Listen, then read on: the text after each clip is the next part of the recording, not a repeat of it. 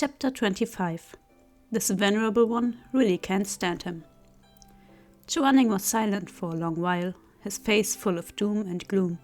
For the entirety of that silence, the words, "Get the hell out," were stuck in his throat, until at length they reluctantly came out as, "Get the hell in." Eh? Your door isn't locked? Moran was trying to make up with him after an entire day of playing Cold War, so he pushed the door open and strolled in as if nothing was wrong. Chuaning glanced at him from where he sat by the table, no emotion on his face. If he spoke honestly from the heart, Moran was indeed good-looking. He brightened the whole room with his mere presence. The youth's supple skin almost seemed to glow, and the corners of his lips had a natural curve, such that he looked like he was smiling, even when his mouth had a neutral set. Chuaning kept his composure firmly under control as he moved his gaze away from Moran and lowered his long lashes, raising a hand to extinguish the stick of incense on the table. "What are you doing here?" he asked impassively. "I came to check on your injury." Moran cleared his throat. Then his gaze landed on Chuaning's shoulder and he paused. "You've already taken care of it?" Chuaning said mildly. Moran was speechless. It was true that he held a grudge against Chuaning, and that he was also mad at him for hurting Shi Mei. But Moran had calmed down, and it wasn't like he didn't have any conscience at all. Hate was one thing, but he hadn't forgotten how Chuaning's shoulder had been injured. Inside that stifling coffin, Chuaning had held him tightly in his arms and used his own body to block the ghost mistress's claws. He had refused to let go, even as his whole body shook from the pain. Moran definitely loathed Chuaning, but for some reason, a bunch of other complicated feelings were always mixed in with that loathing. He was a crude person who had not received an education in his youth. Even though he'd studied and somewhat made up for it later on, he had a hard time wrapping his head around many more delicate matters, especially those relating to emotions. For example, when it came to Chuaning, Moran had scratched his head and mulled it over for a long time, but he just couldn't figure out what emotion he felt toward him. He only recognized simple feelings, like, dislike, hate, happiness, unhappiness. But if several emotions blended together, they would give the brilliant and powerful Emperor Tashianjun vertigo, making him see stars. "I don't get it. It makes no sense. What is this? Save me. Ow, my head." So, Moran simply didn't bother to think about it. He didn't care to waste that kind of energy on anyone but Shi Mei. Inwardly, he put the earlier incident on Chuaning's tab and secretly plotted to repay him twice over whenever he got the chance to settle the score. But at the same time he felt guilty. He'd warred internally with himself before ultimately knocking on Chuaning's door. He didn't want to owe him anything, but Chuaning was even more headstrong than he had thought.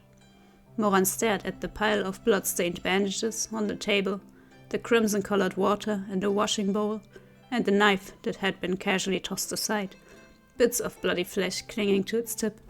He felt a headache coming on. Just how had Chuaning managed to treat his own injury?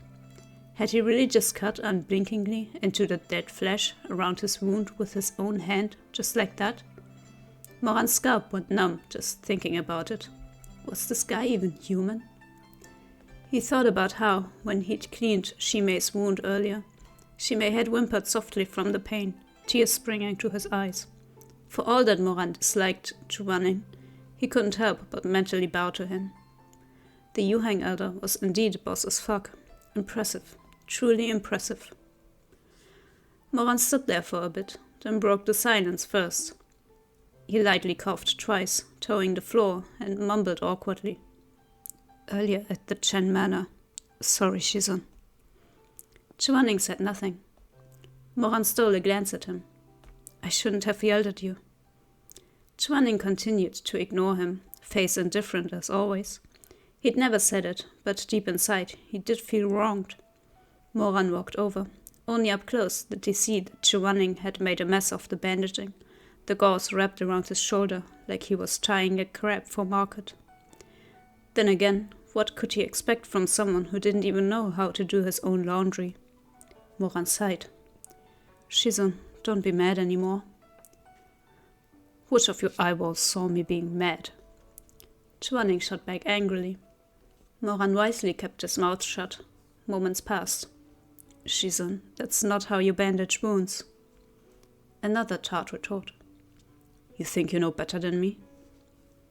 Moran stayed silent, but lifted his hand, wanting to redo the bandages for Chuaning. Then he looked at his expression and hesitated again. He had gauged the probability of getting slapped in the face for daring to touch him. It was quite high. The hand lowered, then raised, this repeated several times. Chuaning grew irritated and shot him a sideways glare. What, you want to hit me or something? Moran did indeed want to hit him, but not right now. He grinned in exasperation and reached out to press his hand against Chuaning's shoulder. Consequences be damned. Dimples appeared on his cheeks. Here, Shizun, I'll help you redo the bandages. Chuaning at first wanted to refuse, but Moran's warm fingers were already on him, and his mouth suddenly felt excessively dry. His lips moved slightly, but in the end he said nothing and just let Moran do as he wanted. Moran unwrapped the gauze, layer by layer, each layer soaked through with blood until the 5 spine-chilling holes were revealed. The mere sight of them made Moran shudder. This damage was much worse than the cut on Shi Mei's face. Moran stared for a bit, and then, for some reason even he himself did not understand, asked softly, Does it hurt? Chuaning, long lashes downcast, only said lightly, Not too much. I'll be gentle, said Moran. Chuaning didn't know where his own mind was going, but his earlobes turned a bit red, and he got mad at himself again, thinking he must be losing his mind to be entertaining such absurdities. His expression grew even stiffer, his mood even worse, and he muttered dryly, Do as you will. The candle flame crackled. By its dim yellow light, Moran could see that the medicinal salve hadn't even been applied to some parts of the wound.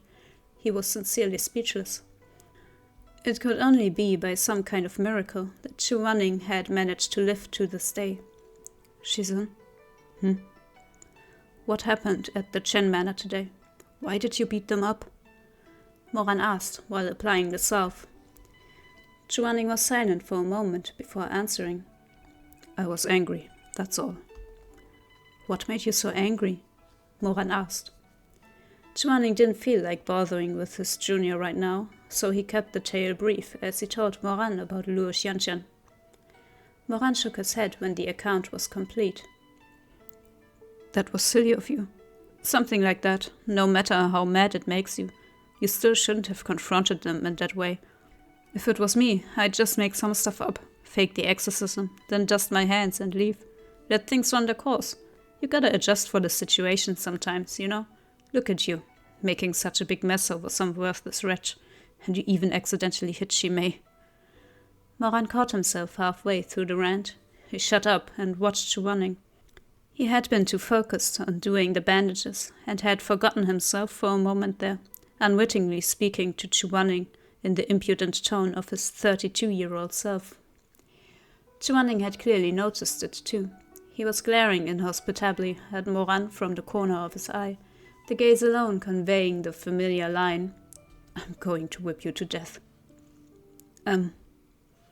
He was still scrambling to think of an excuse when Chuaning spoke first. He said impassively, Do you think I wanted to hit Shi Mingjing? As soon as Shi Mei was mentioned, reason left Moran's brain and willfulness took over. Even his tone grew prickly. Did you not hit him?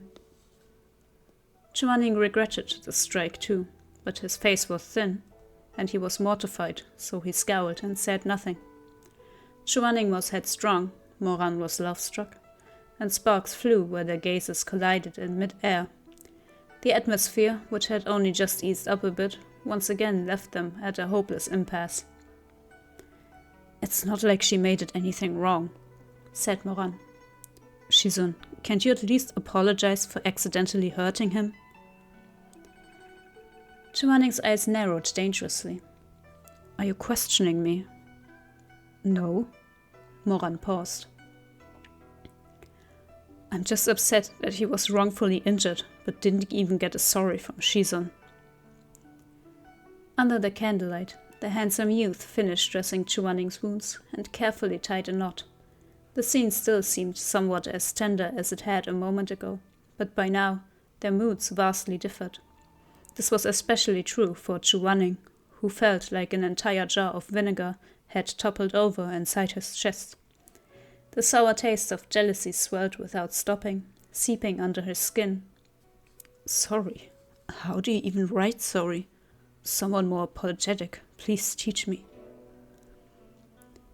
It's gonna take at least half a year for that cut on his face to fade, Moran continued. But earlier, when I was helping him apply medicine, he still said not to blame you. Shizun, it's true that he doesn't think you're at fault, but even so, do you really think you're in the right? His words only added fuel to the fire. Chuaning tried and failed to bear it. He growled in a low voice. Get the hell out.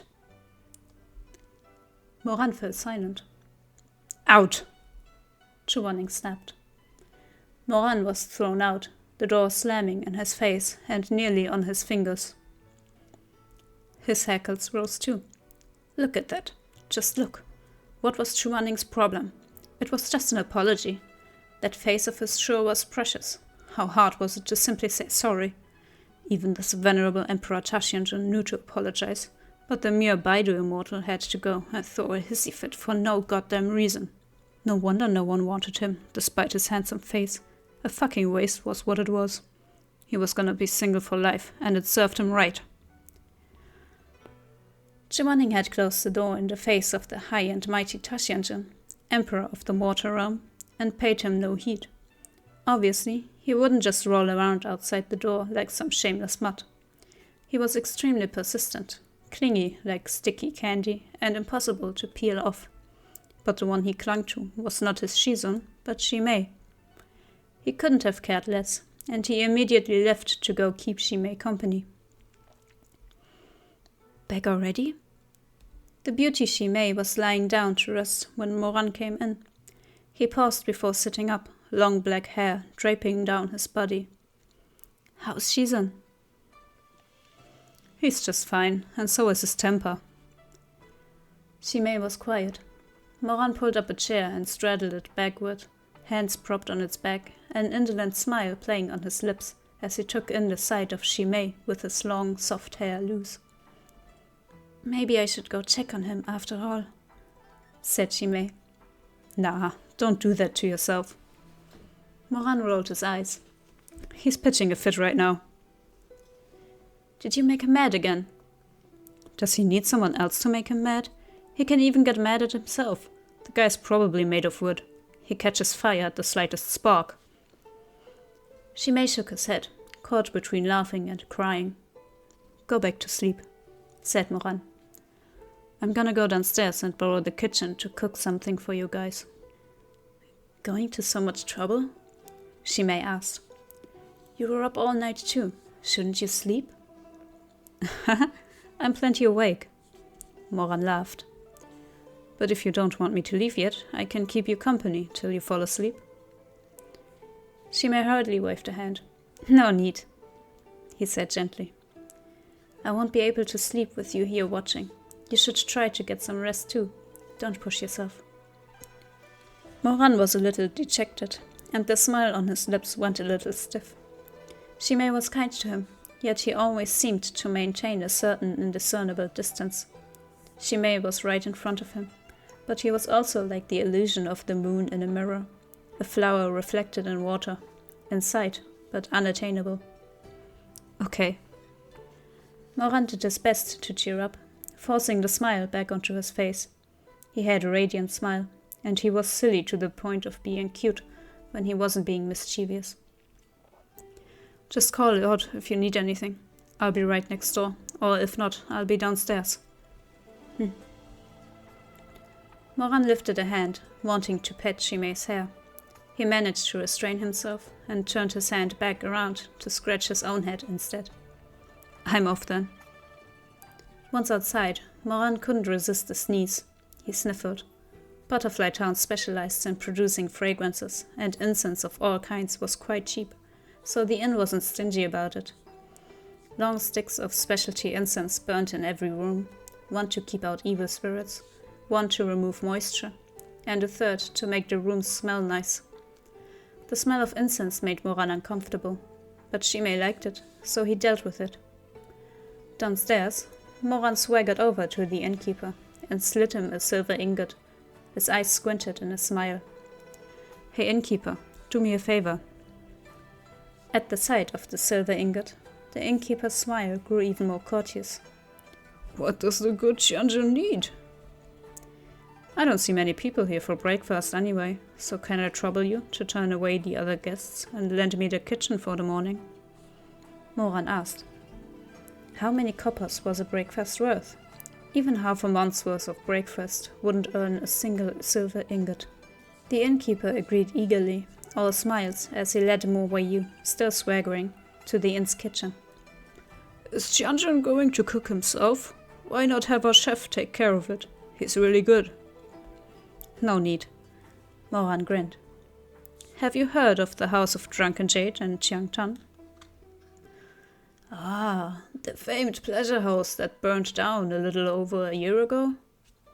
"Mm-hmm." The innkeeper peeked outside to make sure his wife was busy with work and not listening in before giving him a sneaky grin. "Who hasn't heard of that place?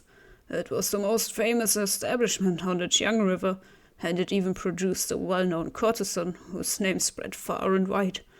Too bad it's so far away, or I'd go listen to her play too." Moran laughed. "Well, thanks for the compliment, on her behalf." "On her behalf?